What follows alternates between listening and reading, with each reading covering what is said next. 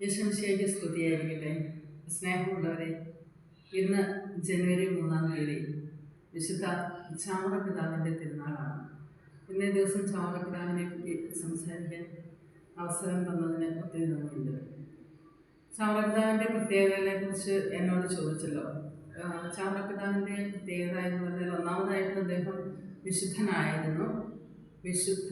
മിസ്റ്റിക്കായ ഒരു വിശുദ്ധനായിരുന്നു. ദൈവൈക്യ ജീവിതത്തിൽ ജീവിച്ച് എല്ലാം ദൈവമഹത്വത്തിന് വേണ്ടി മാത്രം ചെയ്ത് ദൈവത്തെ ഒന്നാമതായിട്ട് അദ്ദേഹത്തിനെ ആദർശവാക്യം തന്നെ കർത്താവാണ് എൻ്റെ ഓഹരിയും എൻ്റെ അവകാശവും എന്നാണ്.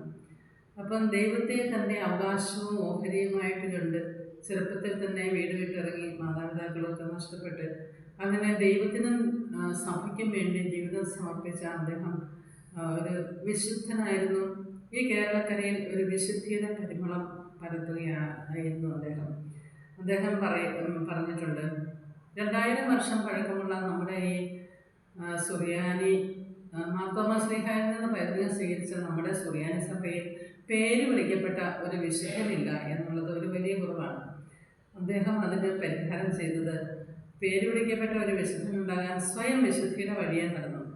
അങ്ങനെ അദ്ദേഹം വിശുദ്ധനായി. അതുപോലെ തന്നെ അനേകം വിശുദ്ധരെ സമൂഹത്തിലുണ്ടാകാൻ വേണ്ടി പുരുഷന്മാർക്കും സ്ത്രീകൾക്കും വേണ്ടി ഓരോ സന്യാസ സമൂഹങ്ങൾ സ്ഥാപിച്ചു. ആ 2 സമൂഹങ്ങളിലൂടെയും വിശുദ്ധരായ അനേകം സമർപ്പിതർ, പേര് വിളിക്കപ്പെട്ടവരും വിളിക്കപ്പെടാത്തവരുമായ അനേകർ കേരളക്കരയിൽ ജീവിച്ചിട്ടുണ്ട്. അങ്ങനെ വിശുദ്ധിയുടെ ഒരു അടിസ്ഥാനം ഈ നാടിന് പകർന്നു തന്നത് സത്യത്തിൽ ചാമറപിതാവ് തന്നെയാണ്. അതുപോലെ തന്നെ അദ്ദേഹത്തെക്കുറിച്ച് പറയുമ്പോൾ മറ്റൊരു കാര്യം, അദ്ദേഹം കുടുംബ പ്രേക്ഷിതനാണ്. 2000 വർഷത്തെ പാരമ്പര്യമുള്ള നമ്മുടെ സഭയിൽ നമുക്കറിയാം, കുടുംബം ഗാർഹിക സഭയെന്ന് വിളിക്കപ്പെടുന്നത് 2-ാം വത്തിക്കാൻ സുനഹദോസിലാണ്. അതിന് ഒരു 100 വർഷം മുമ്പ് തന്നെ അദ്ദേഹം പറഞ്ഞ് കുടുംബം തിരുസഭയുടെ പതിപ്പാണെന്ന്. ഒരു കുടുംബത്തിലാണ് വിശുദ്ധിയും സാന്മാർഗികതയും ഒക്കെ ഉണ്ടാവേണ്ടത്. ഒരു വ്യക്തിയുടെ എല്ലാ വിശുദ്ധിയും വളർച്ചയും സംസ്കാരവും കിട്ടേണ്ടത് കുടുംബത്തിലാണെന്നും കുടുംബ ഭദ്രതയിലാണെന്നും അദ്ദേഹത്തിന് ഉത്തമ ബോധ്യമുണ്ടായിരുന്നു. അതുകൊണ്ട് തന്നെ അദ്ദേഹം നല്ല അപ്പൻ്റെ ചാവലുകൾ എന്ന ആ പുസ്തകത്തിൽ ഒരു കുടുംബത്തിൽ പുലരേണ്ട അടിസ്ഥാനപരമായ എല്ലാ കാര്യങ്ങളും വളരെ കൃത്യമായിട്ട് അദ്ദേഹം അതിൽ രേഖപ്പെടുത്തി വെച്ചിട്ടുണ്ട്.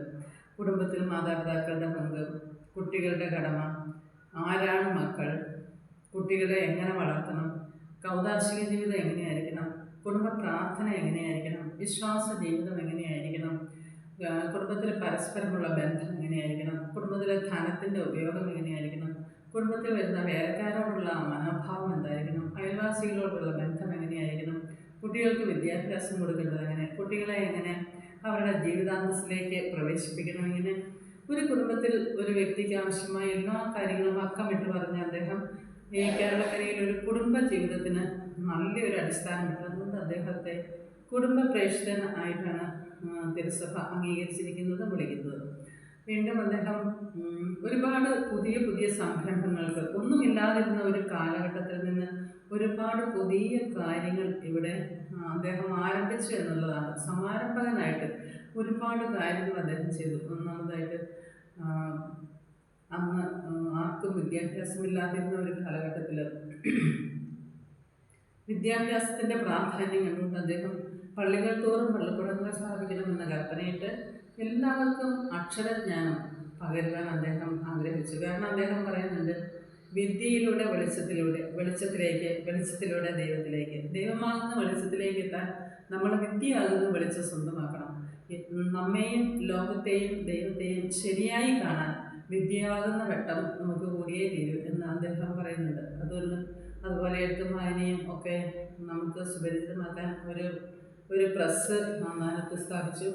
അതുപോലെ അദ്ദേഹം തന്നെ ഒരു വലിയ സാഹിത്യകാരനായിരുന്നു. അനസ്താസിയയുടെ രക്തസാക്ഷിത്വം എന്ന ഖണ്ഡകാവ്യം, ആത്മാനുതാപം എന്ന പുസ്തകം, ഖ്യാനസല്ലാപങ്ങൾ എന്ന ആധ്യാത്മിക ഗ്രന്ഥം, കൂടാതെ നാടകങ്ങൾ. അതുപോലെ തന്നെ പ്രധാനപ്പെട്ട ഒരു കാര്യമാണ് അദ്ദേഹം നാടാഗമങ്ങൾ എഴുതാനായിട്ടുള്ള ഒരു ശീലം. അതായത് ഓരോ ദിവസത്തെയും പ്രധാന സംഭവങ്ങൾ രേഖപ്പെടുത്തുന്ന ഒരു ശീലം. അങ്ങനെ ഒരു ക്രാന്തദർശിയായിട്ട്, ഒരു പ്രവാചകനായിട്ട് കാലഘട്ടത്തിൽ ഉയർന്നു വന്ന ഒരു നക്ഷത്രമായിരുന്നു അദ്ദേഹം. കാലങ്ങൾ എത്ര കഴിഞ്ഞാലും അദ്ദേഹത്തിൻ്റെ ആ വീക്ഷണം, ദർശനം, അദ്ദേഹം തുടങ്ങി വെച്ച കാര്യങ്ങളുടെ കണ്ടിന്യൂഷനാണ് ഇന്ന് കേരളക്കരയിൽ ഇപ്പോഴും തുടർന്നു കൊണ്ടുപോകുന്ന എല്ലാ കാര്യങ്ങളും. കാരണം അന്ന് വരെ കേരളത്തിൽ വൈദികരെ പരിശീലനം നടത്തിയത് മൽപ്പാന്മാരായിരുന്നു. ഓരോ ഇടവകയിലുള്ള വികാരിയുടെ അടുത്ത് വന്ന കുട്ടികൾ താമസിച്ച് വൈദിക പരിശീലനം നേടി അങ്ങനെ പട്ടമേൽക്കുന്നത് പതിവായിരുന്നു മൽപ്പാന്മാരുടെ അടുത്ത്. ചാവറപിതാവാണ് വൈദികർക്ക്, ഇടവക വൈദികർക്കും സന്യാസ വൈദികർക്കും സെമിനാരി ആദ്യമായിട്ട് സ്ഥാപിച്ചത്, അവിടെ ഒരു ഫോർമേഷൻ കോമൺ ആക്കിയത്.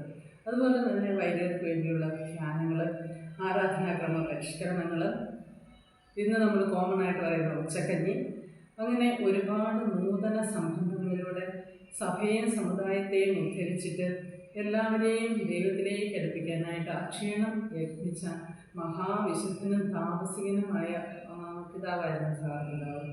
പിന്നെ അദ്ദേഹത്തിൻ്റെ വ്യക്തി ജീവിതത്തിലേക്ക് കിടക്കുമ്പോൾ അദ്ദേഹം വളരെ ലളിതസുന്ദരമായ ജീവിതം നയിച്ച വ്യക്തിയായിരുന്നു. ദൈവത്തെ അപ്പ എന്ന് വിളിച്ചുകൊണ്ട് ഈശോയുടെ അടുത്ത് പോയി പ്രാർത്ഥിക്കുകയും സഹോദരങ്ങളെ സ്വന്തമായി കണ്ട് എല്ലാവർക്കും നന്മ ചെയ്യുകയും ചെയ്ത ഒരു ലളിത ജീവിതം നയിച്ച ഒരു സന്യാസി ആണ് സത്യത്തിൽ വിശുദ്ധ ചാവറപിതാവ്. ചാവറപിതാവിൻ്റെ ഗുണങ്ങളും ചെയ്തികളെ കുറിച്ച് പറഞ്ഞാൽ ഒരിക്കലും നമുക്ക് അവസാനിപ്പിക്കാൻ പറ്റില്ല. അദ്ദേഹം കാണിച്ചു തന്ന ആ മാർഗത്തിലൂടെ, അദ്ദേഹത്തിൻ്റെ വിശുദ്ധിയുടെ പരിമളത്തിലൂടെ കേരള സഭ ഒരു പരിധിവരെ ഇങ്ങനെ പിടിച്ചു നിന്നത്, വിശുദ്ധിയിലും കെട്ടുറപ്പിലും പിടിച്ചു നിന്നതിൻ്റെ അടിസ്ഥാനം ചാവറപിതാവാണെന്ന് ആർക്കും നിഷേധിക്കാൻ പറ്റുന്ന കാര്യമില്ല.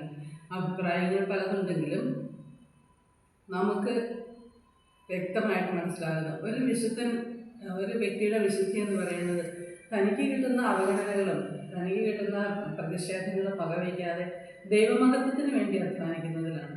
അദ്ദേഹത്തിൻ്റെ ജീവിതകാലത്തും മരണശേഷവും ഇന്നും അദ്ദേഹം അവഗണിക്കപ്പെടുന്നുണ്ടാവാം, അദ്ദേഹം വിസ്മരിക്കപ്പെടുന്നുണ്ടാവാം. പക്ഷേ അദ്ദേഹത്തിന് അതൊന്നും പ്രശ്നമല്ലായിരുന്നു. ദൈവമഹത്വത്തിന് വേണ്ടി മാത്രം ചിന്തിച്ച്, മാത്രം പ്രവർത്തിച്ച്, മാത്രം സംസാരിച്ച് ആ ചാവറപിതാവിൻ്റെ ചൈതന്യവും സ്നേഹവും മധ്യസ്ഥവും നമുക്കെല്ലാവർക്കും ഉണ്ടാകട്ടെ എന്ന് പ്രാർത്ഥിക്കുന്നു. നന്ദി, നമസ്കാരം. Thank you very much.